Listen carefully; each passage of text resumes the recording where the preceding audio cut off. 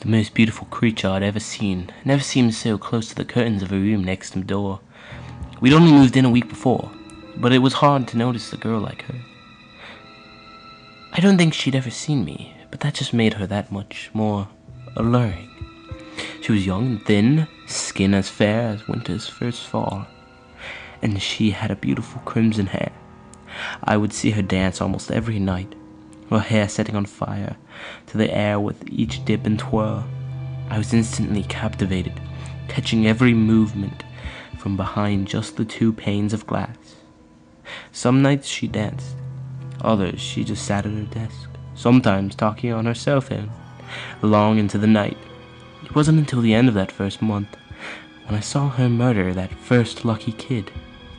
It was some girl from school, a ditzy spaz whose enthusiastic introduction to cool drugs around campus and had her bounce between all the wrong groups. A perfect victim. She always did things so perfectly. It was the first night I'd seen her turn the light out so early. I might not have known what she had done if the crescent of her knife hadn't caught the moonlight.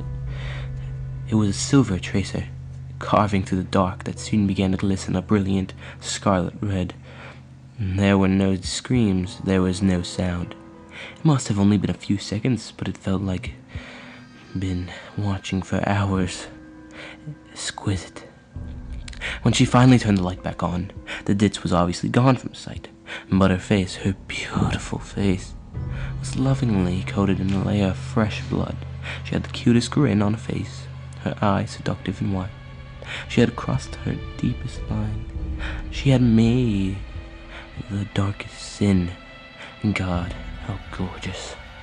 Her crimson hair falling so gracefully across her face like a fallen angel. And the next 3 came and went just the same. A drunken football player, a reclusive theater kid, an experimenting goth girl.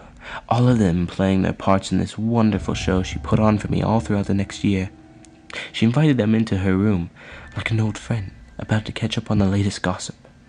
Then you see it, the moment I always waited for, her hand reaching out of sight as a smirk crept across her lips. She'd always turn the lights out for the kill, but the look on her gorgeous visage when she turned them back on, I could almost feel the ecstasy she must have felt. One day, I finally got the courage to go up and meet her, or maybe join her in the fun. If I was really lucky, maybe I could be the one to inspire that terribly seductive smirk. I bought some really nice clothes, and expensive perfume too. I even tried bleaching my hair blonde, hoping I could get it to shine as vibrantly as hers. But that morning came the worst news of all. My parents told me we were moving away.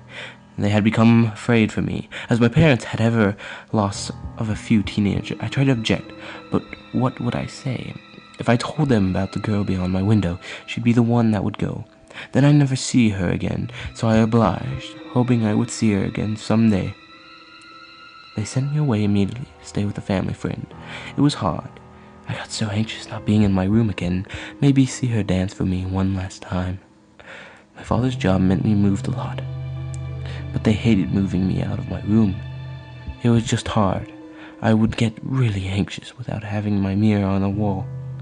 When I got out of the ward, my doctor recommended I keep it up like a window to keep me from relapsing and lashing out at my family. I thought it was weird at first, but soon I would forget it was even there. I just get so distracted ever since I got out. We've always seemed to move in next door.